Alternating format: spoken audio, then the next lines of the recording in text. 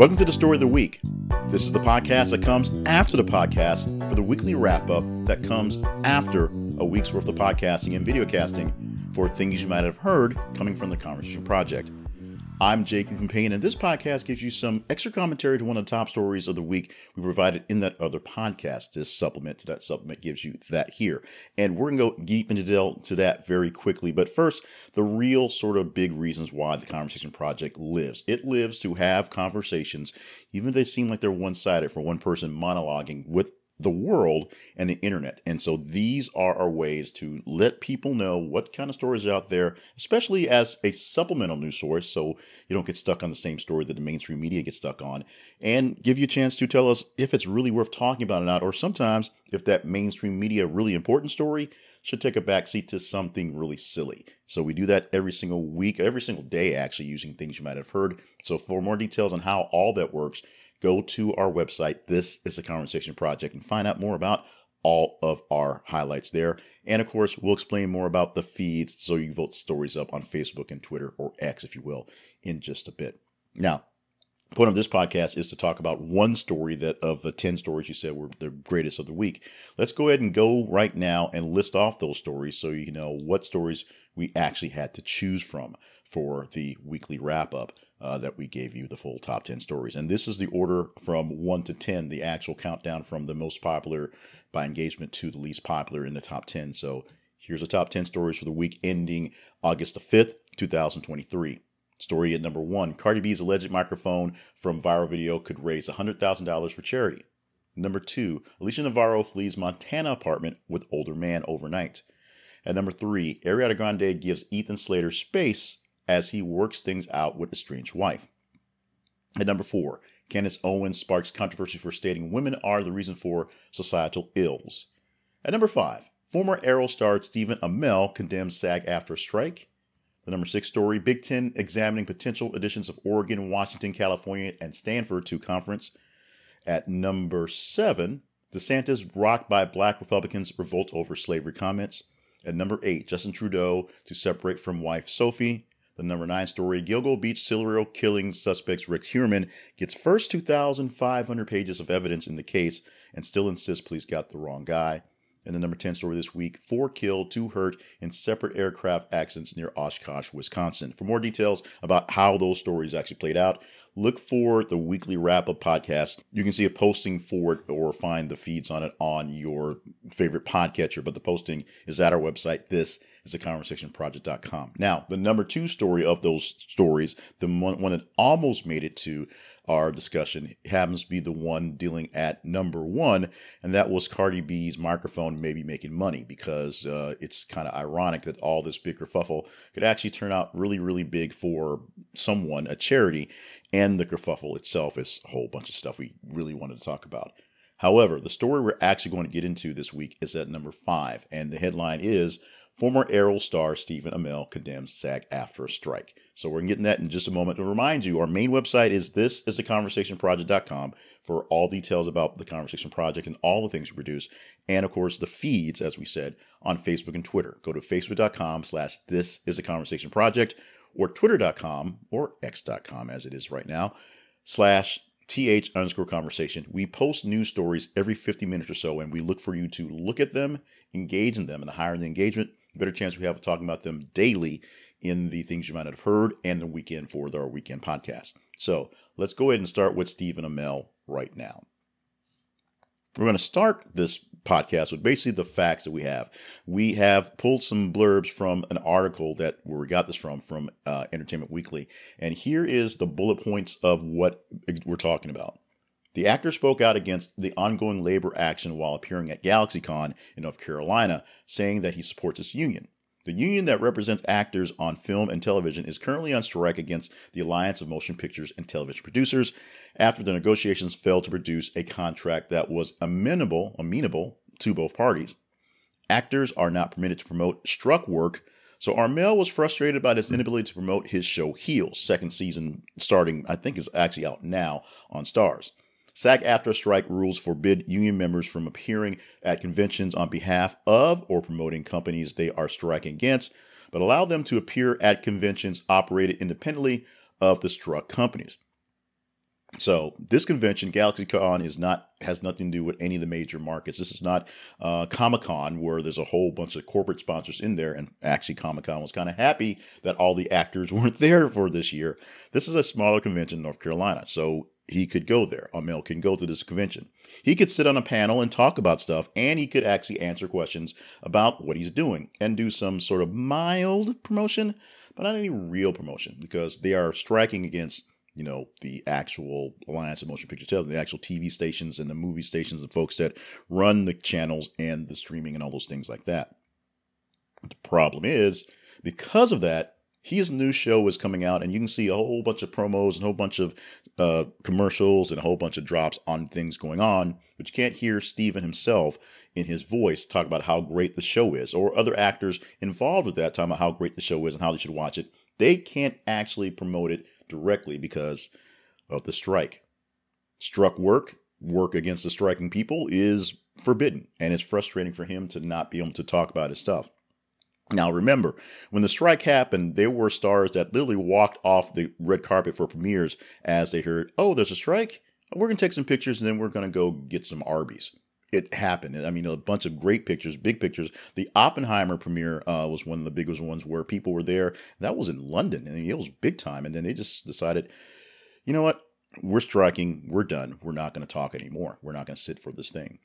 And that's how it's gone for the weeks that the actors have been on strike. Now, for the months that the writers have been on strike, there's been no new production going on. In fact, the actors very quickly stuck up for the writers and said, we'll probably be striking with you as well, as they actually are. At the moment, there is no work being done anywhere in production of anything new. The caveat comes from independence and what you can call independent. Anything that's not attached to a big motion picture studio or a big television broadcast network or a streaming service is fair game. So all the smaller independent movies, which many people make a lot of big time money on the big movies to pay for on their own, they're private things, are still being worked out, still being made, and there's some waivers going on for those things.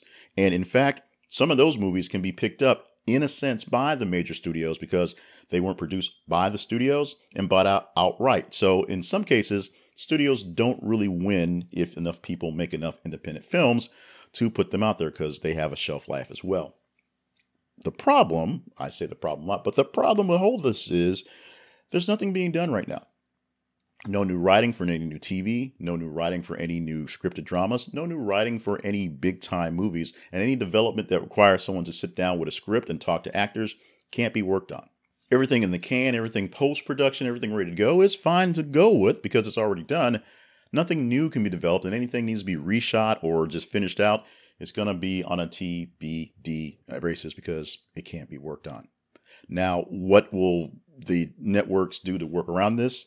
A lot of reality TV shows. Reality TV shows aren't the same as real shows because they're not real. Well, they are real people, not real actors who are stuck by various contracts. They're supposed to be real people. Now, some of the things are just actors trying to get some profile so they can get on other things. But essentially watching Is It Cake is something that you can watch plenty of. Game shows and some really weird game shows can be produced in the process. And folks that aren't necessarily big-time actors, but a lot of people who are part-time actors, small actors, some athletes, and some generally regular people, think about the guy that won Jeopardy, that went to host Jeopardy, are out there hosting these things. Game shows and reality shows and reruns of things and very special episodes of chopped up things to kind of replay going forward. That's what the studios have to play right now or to play in the future. Right now, they have everything that's done. And the problem with that is you can't really promote anything that's actually done because the actors can't promote their new stuff. So while Heels is something a lot of people were waiting for, it's something you can't get any promotion on because you can't talk about it.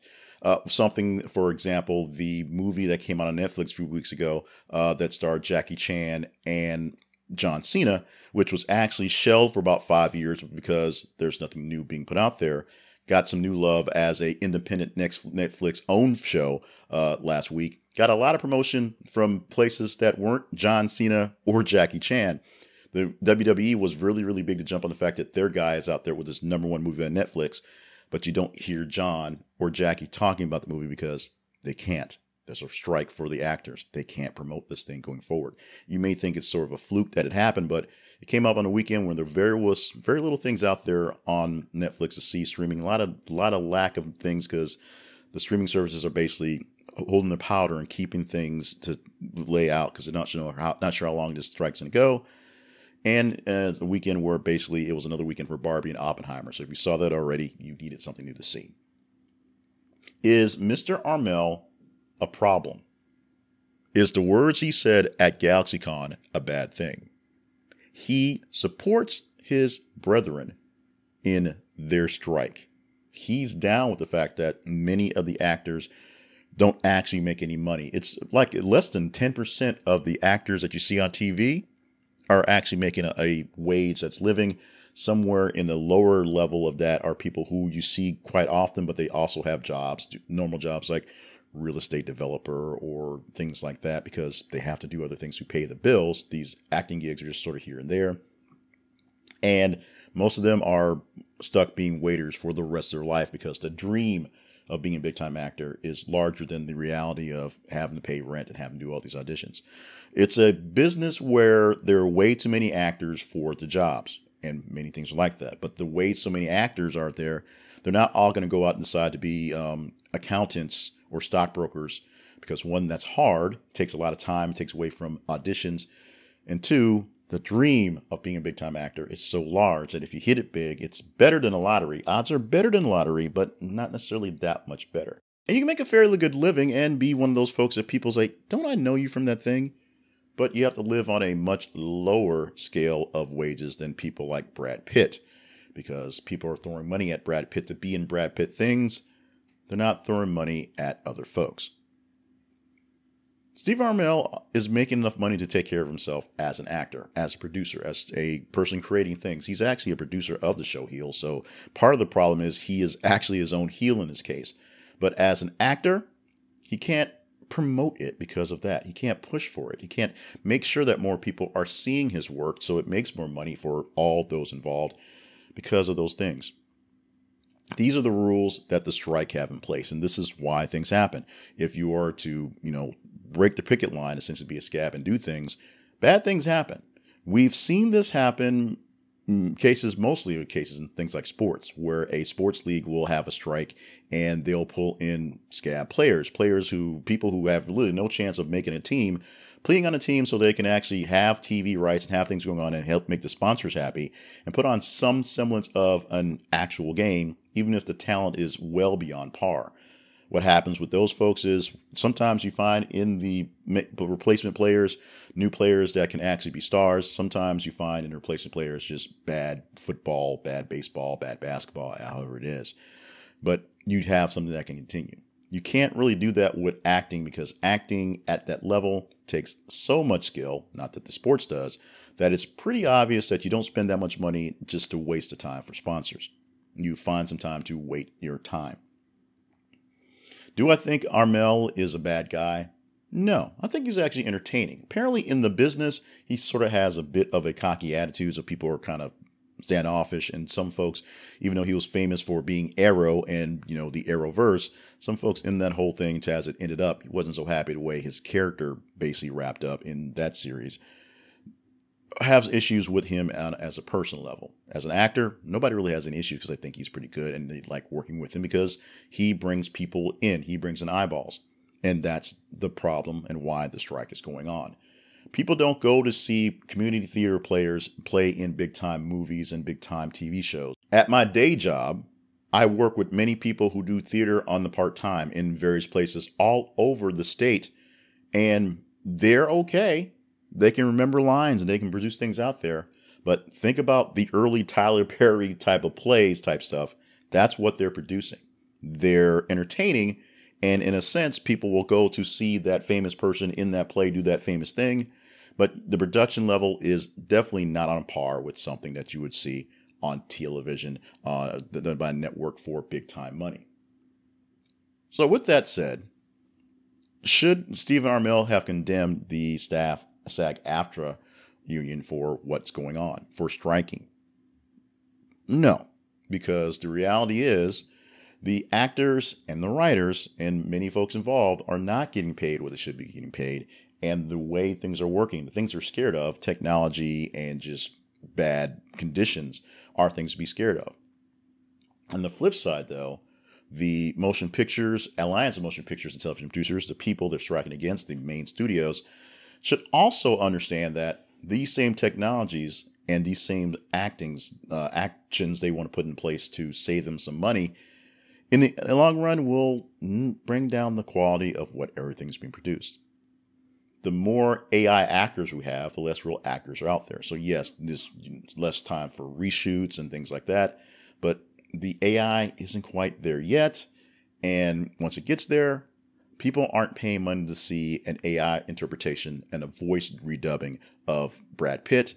They kind of want to know that Brad Pitt had something to do with it and not just, standing there for 5 minutes to be scanned and then everything is computer generated going forward. They kind of want to know there's some action, some passion, some blood, sweat, and maybe a couple tears shed by Brad Pitt in the process to make it worthy of a Brad Pitt movie. Making it easier to get things done does make things a little easier for everyone, but someone gets lost in the process. And the biggest thing about AI as being the threat to these things is, in all cases, AI is not a threat to the big-time actor. It's a threat to the guy who's going to rewrite the script, because an AI can rewrite it once and then get it edited, as opposed to a handful of folks rewriting the whole thing to get it edited again. The jobs that will be lost will be towards the lower tier for people, and that scares people because that means less lower tier people coming in the pipeline means less higher tier people get there eventually. What you do is you kill your farm system, and since the farm system's being killed, that's the biggest issue.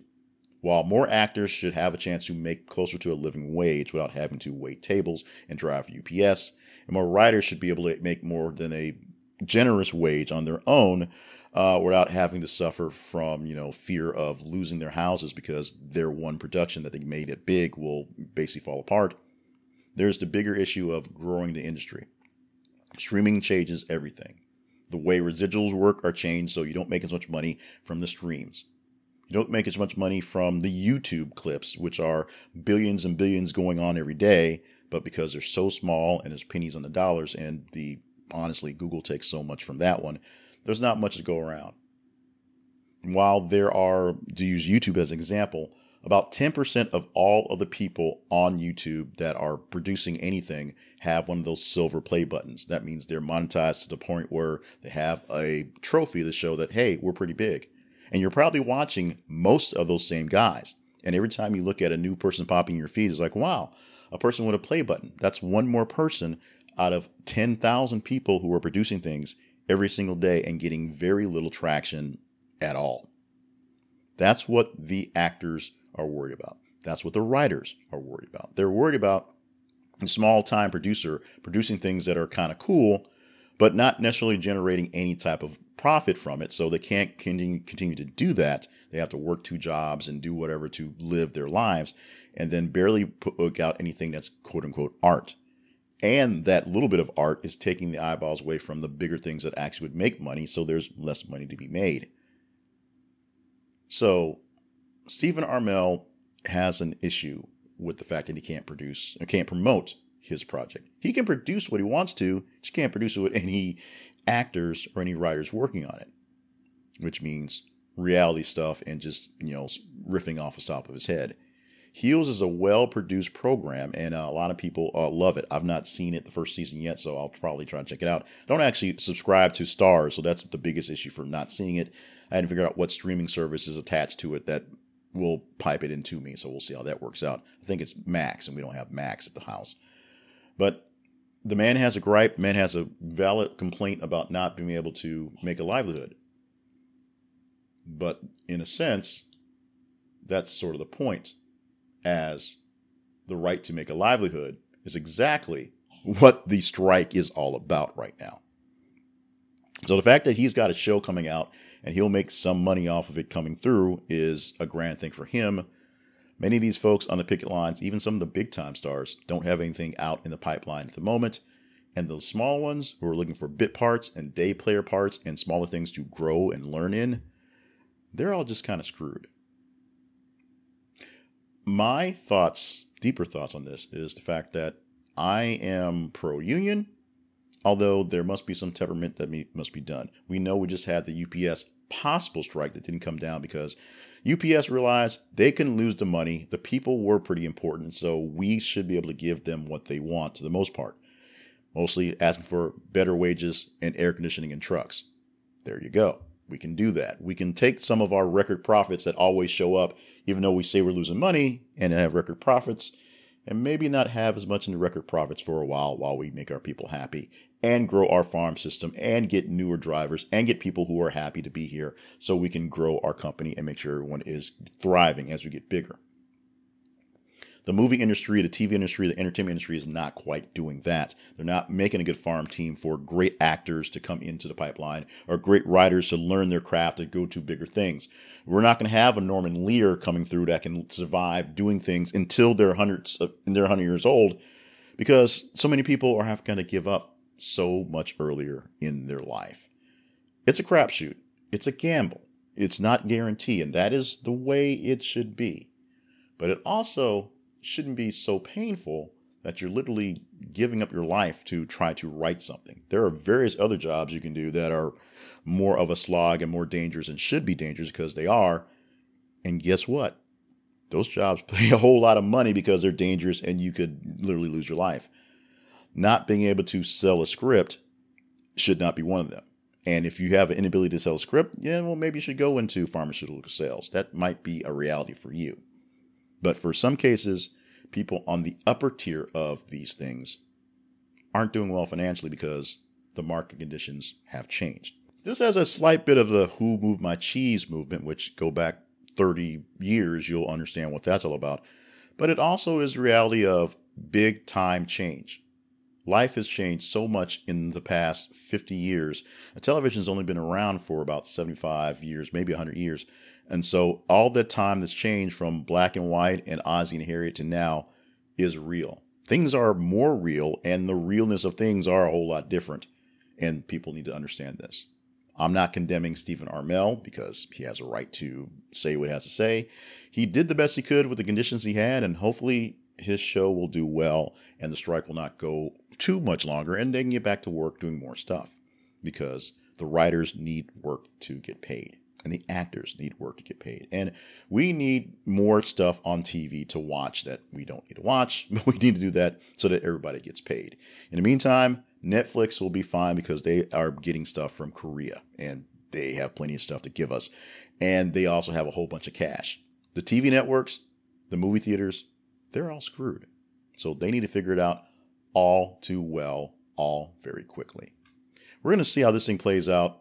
Obviously, as it plays itself out, because we've got no new TV no new scripted TV. Like I said, lots of game shows, lots of reality. Big Brother 3.5 coming soon. So hopefully you love watching random people kind of ram about their lives and cook really bad food and eat bugs and climb mountains and do things that don't get paid on scale because nobody's getting paid on scale for a while, including Stephen Amell. That has been the story of the week for this week, the week ending August the 5th, 2023. Thank you so much for being a part of our podcast for today, for this week, and just kind of giving us the support you can give us to do what we're doing. We don't have a union. We're not going on strike, but this is a lot of hard work and hard effort for the pay, which is extremely little as we support ourselves. If you want to help support us, go to our website. This is theconversationproject.com and click on the button for partnerships and see if there's a way you can directly partner up with us to help us out, or click on the sponsorship tab and visit one of our sponsors. Our sponsors are all affiliate links, so if you buy from them, we get a commission from them. That's how that works. The most important thing you can do, two things. Follow us on our feeds on Facebook and Twitter. Facebook.com/ThisIsAConversationProject and Twitter.com or X.com, th_conversation. And of course, correspond with us at theconversationinbox@gmail.com. My name is Jay Cleveland Payne. Thank you so much for joining us for another week of commentary. Some of them hit well, some of them don't. This was the top story of a week that wasn't exactly a heavy hitter of Newsweek. Plus, a lot of things carried over from the weekend, which is sort of interesting on this weekend. But we don't know what we're going to talk about until we know what top 10 stories are out there. So what top 10 stories will we get for the next week, and what story will be picked out as the story of the week? 7 days from now, You shall find out again. Thank you so much for being with us. Stay limber, stay hydrated, stay on task for all the grand things you are here on this earth to do. And be with us here next week for another edition of this podcast.